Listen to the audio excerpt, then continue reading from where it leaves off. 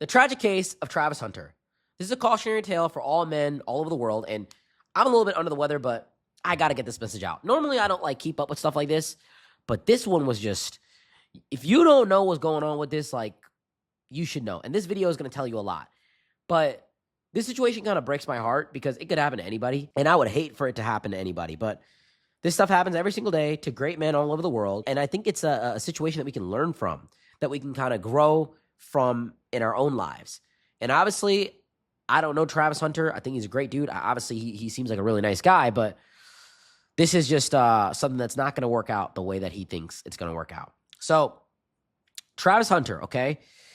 I have some information here, and I want you guys to kind of follow along with me. So, Travis Hunter and Leanna Lene, okay, I guess Leanna Hunter now, are really facing a lot of backlash from public scrutiny about their relationship. And basically, it's Leanna's fault. It's Leanna's lack of interest in Travis, which seems to be kind of growing with his success and stardom.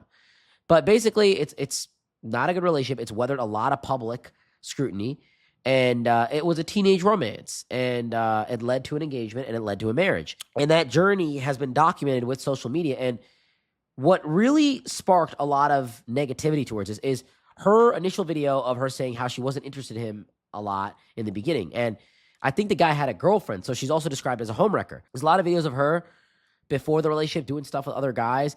Travis used to wait outside of parties to kind of pick her up, which God knows what happened in there. And really what also sparked a lot of negativity for her is she didn't stand up when he got his Heisman Award. So it just seems like the internet is not on her side, but it seems like they're right for a couple of reasons, okay?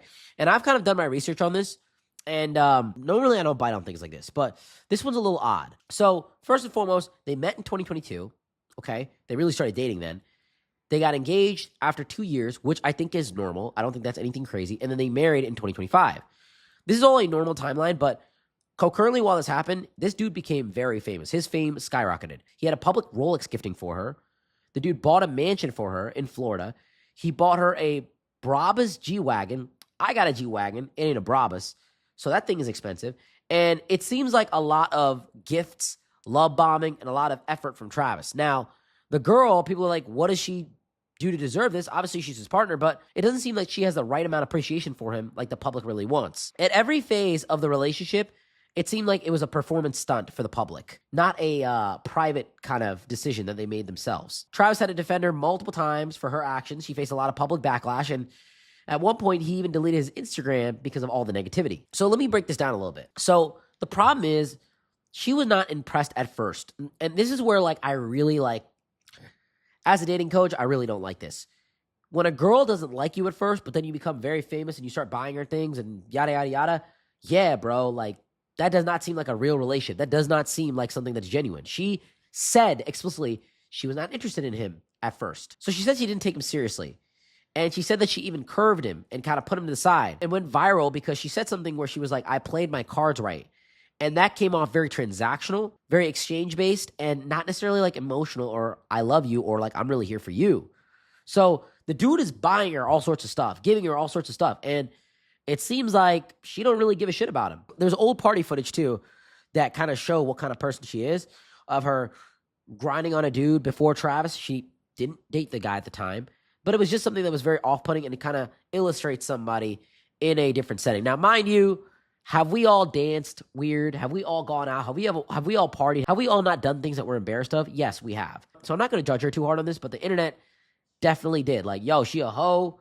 She for the streets, blah, blah, blah. A lot of negativity there. My whole thing with this is he's young, he's rich, he's becoming a major player, and he's just doing too much for this girl, in my opinion. I think that getting married to someone without a prenup and doing all these things is a very, very not smart financial decision when she's not bringing that level of finance to the table. I know she may do things in the relationship and she may be a really good partner in certain aspects, but it's scary and it's dangerous and it's not good because you're basically like, have we not learned from the most powerful people in the world, from Jeff Bezos, where he lost nearly $30 billion of his fortune, 4% of Amazon share, to his ex-wife? Have we not learned from all the successful athletes in the fucking NFL, NBA, any sports league you name, of how things don't always work out in marriage? Have we not learned from just life Like, you don't even have to look at the NFL or the billionaires. Look at regular people.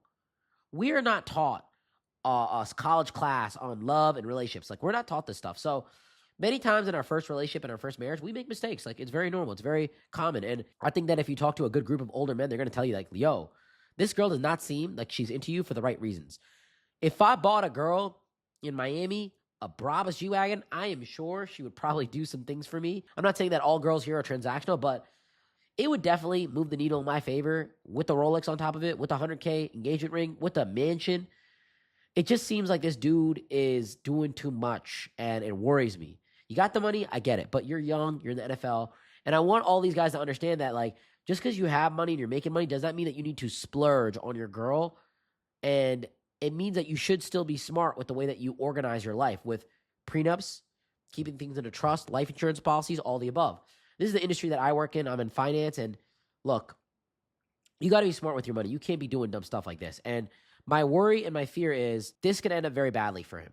This could end up in a situation where she divorces him and takes half of what he's got and all the shit that he's already given her, and it could be devastating for not only him, his family, but the NFL as well, because when a player's not locked in, he's locked out. And that's not a good thing for a second-round draft pick of a very big, large NFL franchise team. So we're going to watch the situation unfold.